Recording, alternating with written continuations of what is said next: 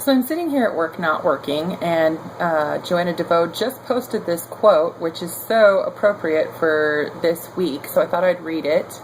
It says, "The magic and practices found within hereditary witchcraft are more akin to folk magic and ancient shamanism than today's neo-paganism and witchcraft practices. The transfer of power and lore to a family member is an old shamanic practice of cultures worldwide who believed living or even deceased family members would teach one of the newer generations the old lore and pass on their familiar spirits to the student family member." And this is a quote by Sarah Ann Lawless. So I don't know anything about Sarah Ann Lawless, but she might be somebody worth looking into, so that could be a good reference for you if you're looking into hereditary witchcraft.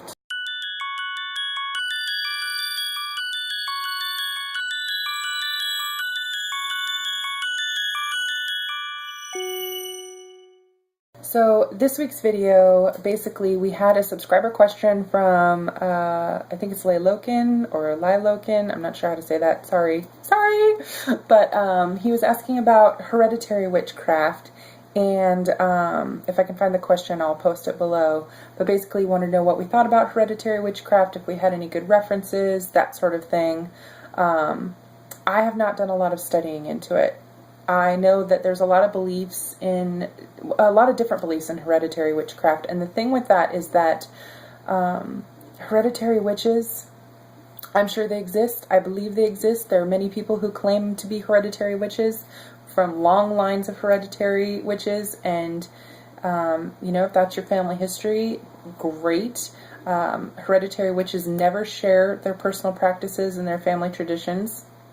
You'll never find one that does. Everyone that I've ever seen on YouTube and the internet and whatnot, they keep it all very hush-hush. Unfortunately, there are some out there who kind of look down on the non-hereditary witches, and that's a shame. But then again, there's non-hereditary witches that look down on the people who claim to be hereditary witches. So we gotta stop this madness, people. If someone says they're a hereditary witch, then okay, they are. You know, what does it matter if they are or aren't to you in your practice? Anyway. Enough of this, you know, drama. So, basically, the question involved, you know, about bloodline witchcraft. Is that the same as hereditary? I'm in my thinking, I'm pretty sure it's the same thing. Everything that I've looked up that has to do with hereditary or bloodline, it's all interchangeable. Bloodline equals hereditary. I think that people who are not of a bloodline of witches or hereditary witches, it doesn't make them less of a witch.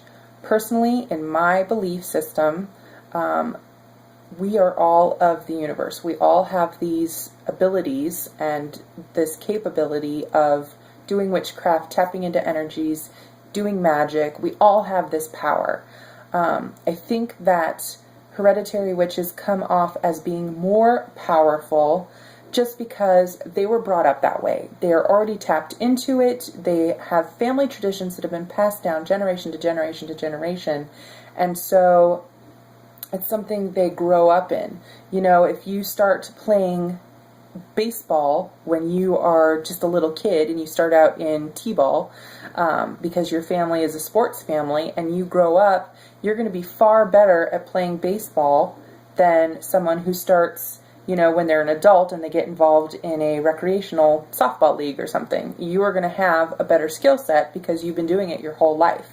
And I use that analogy because I started being a witch when I was in my 30s. I started playing softball when I was in my 20s. I stumbled around with both. I wasn't great at either. I knew lots of people who were good at it, but they've been doing it their whole lives. So that's why I use that analogy. It's just like anything. It's a skill set that you use, that you develop over time. So I really don't think that being a non-hereditary witch makes you less powerful. And I don't think that it means you can't have a powerful practice. It depends on the time that you devote to it, the dedication to it, how much thought you put into it. You can really have a powerful practice, probably just as much as any other, you know, witch from a long bloodline. But it's something you have to work on and develop. And I think that, you know, I just think that we all have that capability, like I said before. So there are some articles that I read about it. There's one really fantastic, like, blog post thing that I read. It's really long, but it's really spelled out and kind of goes through stuff. So I'm going to post that link below. It was really good. And there's a couple other things that I kind of found below. But, really think about it. I am nearly half Norwegian. So I have Vikings in my bloodline. Does that mean, that I am a natural Odinist witch? I also am probably well over a quarter Cherokee. Does that mean that I have, Native American shamanism in my bloodline and that I'm a hereditary witch that way? No. A lot of people say, oh, I'm part Cherokee, da-da-da-da-da. It's a very common thing. But I really am. I could have had oil rights. I could have had all the benefits, except my great-great-grandmother gave up all our rights because she said we didn't need that. And it would be, we'd have to re-register every single family member in the family line to get that stuff back. So my parents didn't do it, and I'm not going to mess with it. But that's my understanding. But anyway, that's just like a side tangent. Just because I have that kind of stuff in my bloodline, I don't think that makes me a hereditary witch. What makes you a hereditary witch, I think, is the family traditions. So if the Viking heritage had passed on their Odinist traditions, member to member to member, down to my generation, then I would use those traditions probably in my personal life, and that would make me a hereditary witch. Or same with the Native American side. If it had been passed down generation to generation to generation, we still utilized those religious practices and spiritual views and traditions, then that would be a hereditary thing. But now I am creating my own thing. And if I develop something that I think would be very traditional and I have kids, then I could pass that down and kind of develop my own thing. Does that mean that if I start my own practice and it builds into something and I teach it to my kids, who teach it to their kids, who teach it to their kids, does that mean they're hereditary witches? So it's really something you have to think about and put into context for your own belief system. Personally, that's my view. So I think that kind of answers the viewer question. And this is also kind of a two-part thing this week, because it's all about, family and bloodlines and things like that. So the other part of the topic this week is, how does your practice affect your family and friends or whatever? So I'm going to see if I can kind of do a little mini interview with my husband and see what he thinks of my practice. I'll actually kind of be interested to see how he answers because, when I started out, he kind of thought it was all just a hobby. So I'll be interested to see if that has changed at all. So we'll see if I can get him to do that. He doesn't really like being on camera, but maybe I can trick him into it. All right, so I will be back.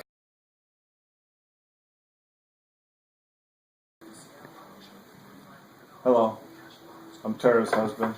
I'm keeping my identity a secret so that the witch hunters don't come and burn me at the stake. I've been notified that I need to do an interview. Tara's going to ask me questions now. So what did you think when I first told you I wanted to learn about Wicca and witchcraft? My first impression was another failed hobby.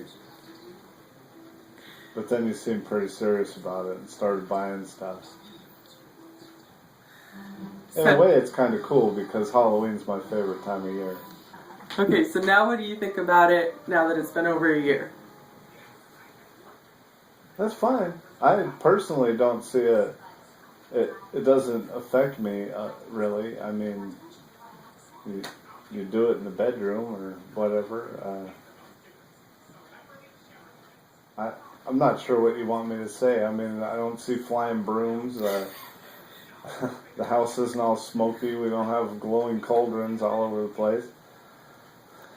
So, since I have different things hanging up around the house and stuff, do you think that that's a problem? No. But what I've come to find out is that the witchcraft that we see in TV and books and in fantasy worlds way different than the actual Wiccan religion. And I don't know, it's I guess, it's a real thing. So I don't know I want magic. So do you think that this is something that I'll probably continue with for the long term? Well, only you can answer that question, honestly. You've stuck with it longer than I thought you would. Because you thought it was a failed hobby. Right. Right. So, what do you think about the religion overall? I mean, is it something, do you think it's a bunch of hooey? Is it something you're kind of interested in? Is it something that you're like, whatever, that's her thing? No, I'm kind of interested in it, but I haven't picked up a book and researched any of the real stuff. Like I said, most of my experience is the stuff on TV and movies, so I know there's some real history to it, and people that are God-fearing Christians are scared of it because it's different than what they have. Mm-hmm. Now, if you want to get into a conversation about organized religion, well, you know, we can do that, but anything different than what 85% of the population is believing in the fictional Bible is better as far as I'm concerned. At least you get stuff to do instead of just drinking wine and eating crackers. So, is there anything else that you think about me and my spiritual beliefs or paganism in general? Or do you think that it's going to affect our relationships with other family members or friends or anything if they find out? Well, I don't know. If it affects any relationships at all, it's contempt prior to investigation more than likely. And they're going by previous stereotypes or whatnot of what they've seen on TV or read in books. So I'm not worried about it too much. Besides, I don't really give a shit what people think anyway. So That's why I love you, baby. That's cool.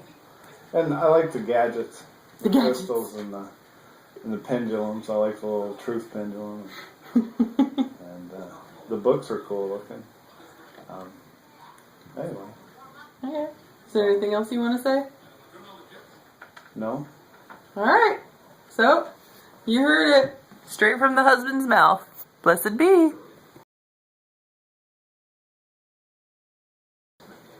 All right. Is the kitty playing with the sheet? I'm not sure. I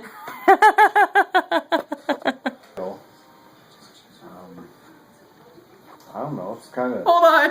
Yeah. Your fucking cat got in the way of the camera. Oh.